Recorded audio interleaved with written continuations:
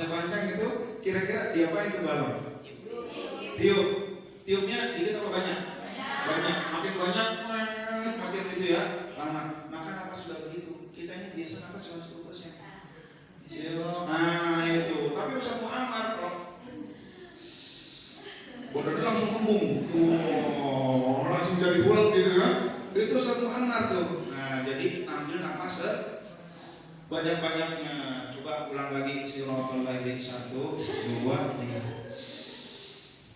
Siratal ladzina an'amta 'alaihim ghairil maghdubi 'alaihim waladdallin.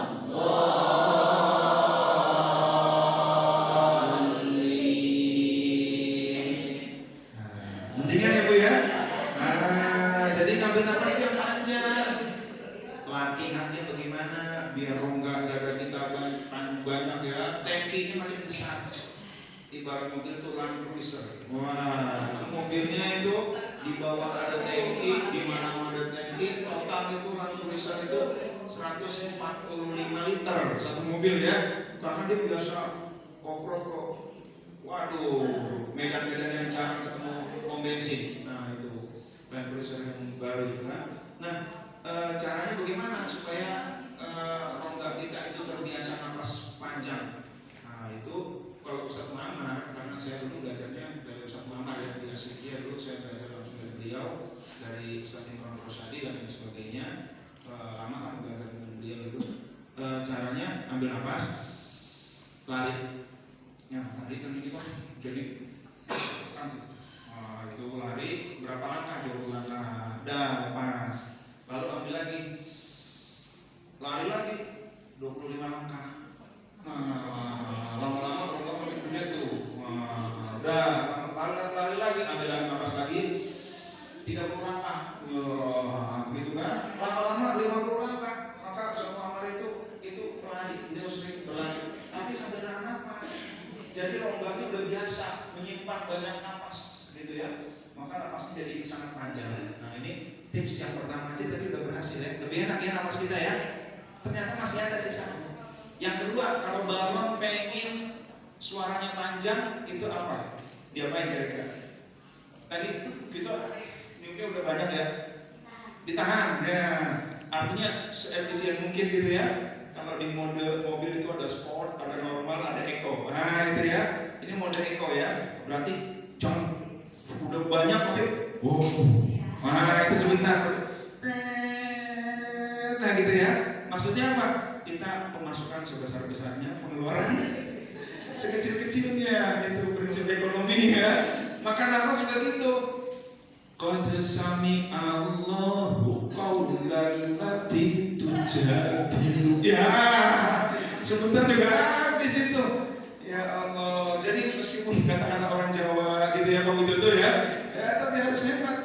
Tujadilu kafi zawjiha. Ya, habis saya juga orang Portugal, persatuan orang Tegal. Tapi harus hemat. Nah, gitu ya. Caranya, latihannya gimana? Hemat. Caranya kita baca Quran di depan lilin. Nah, Qad sami'a Allahu qawlan lati tujadilu. Wah, ini bagaimana lilin ini enggak bergerak? Qad sami'a Allahu qawlan lati bukan tapi kan begitu memang sih.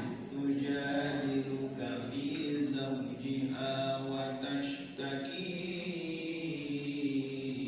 ila Allah.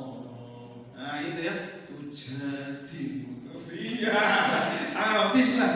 Masa karena kita lilin ini ya jangan kalau nyupak ya, babi ngepet ya. Berarti supaya jangan mati gitu. Suaminya bagian kerusuhan, istrinya jagain gitu.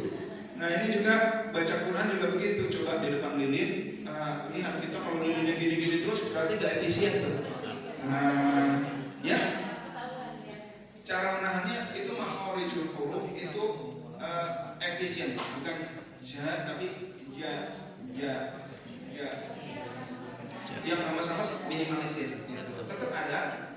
Tapi sebenarnya Indonesia kan semuanya dihamesin, gitu ya. Tujadi. Kadang-kadang ibu ngomong di Daudi. Wah ini ya, padahal nggak mesti gitu ya.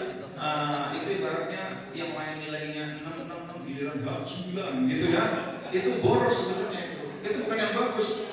Kadang-kadang gitu ya. Nah itu bukan yang bagus ya. Kalau 7 semua makhluk tujadi luka. Jadi bukan tujadi luka gitu ya. Nah ini maka indikatornya apa? Ini. Nah itu ya. Maka keluarnya. Nah oke. Yang ketiga. Ada 3. Saya kasih 5 dulu deh ya. 5 ya, masya Allah. Jadi yang ke-1 itu ambil nafas sebanyak-banyaknya. Yang kedua keluar sekecil-kecilnya, sehemat-hematnya. Yang ketiga ini adalah posisi. Kalau orang qori itu kalau nadanya rendah tundukkan gitu ya. Kalau nadanya tinggi agak dekat. Kalau qori kalau a'udzu billahi minasyaitonir rajim. Kan masih gitu ya. Bismillahirrahmanirrahim. Ada yang kasrah tapi rahim. Wah, kasrah apa dhamma ini ya? Bismillahirrahmanirrahim. Wah, kok jadinya? Iya itu ya. Jadi kalau rendah Bismillahirrahmanirrahim. Itu udah. Nah, kira-kira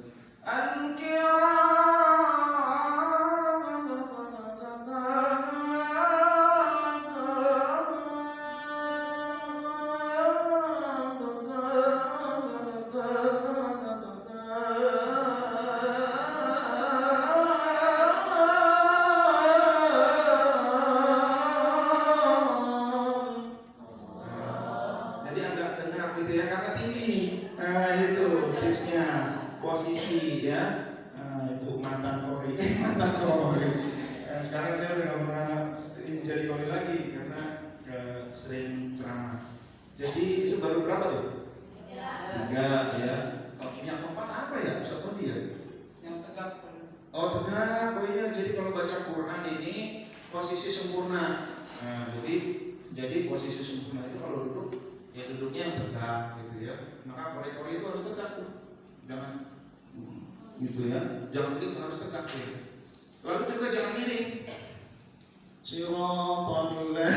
Jangan miring. Ini posisi gak sempurna. Namanya posisi sempurna gitu ya. Yang keempat.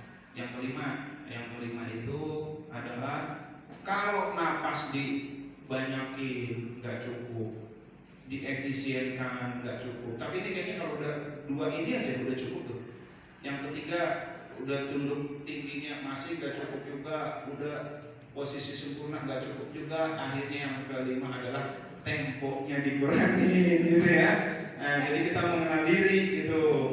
Kalau memang gak cukup juga, tapi saya yakin dengan 1 sama 2 aja udah berubah semua langsung. Nah itu ya. Jadi ini perlu dilatihkan ke anak-anak kita. Anak-anak saya juga begitu. Napasnya ya awalnya gak terbiasa. Ngambil napas banyak tuh orang kita ini gak terbiasa. Maka menurut survei kita ini biasa ngambil itu cuma 10%. Napas itu cuma 10% tiap hari. Jarang kita ngambil jalan gitu, jarang kan? Biasanya cuma napas. Jadi akhirnya kemampuan kita cuma 10%. Nah itu tips. Oke, sampai sini ada pertanyaan tentang hatam? Silakan.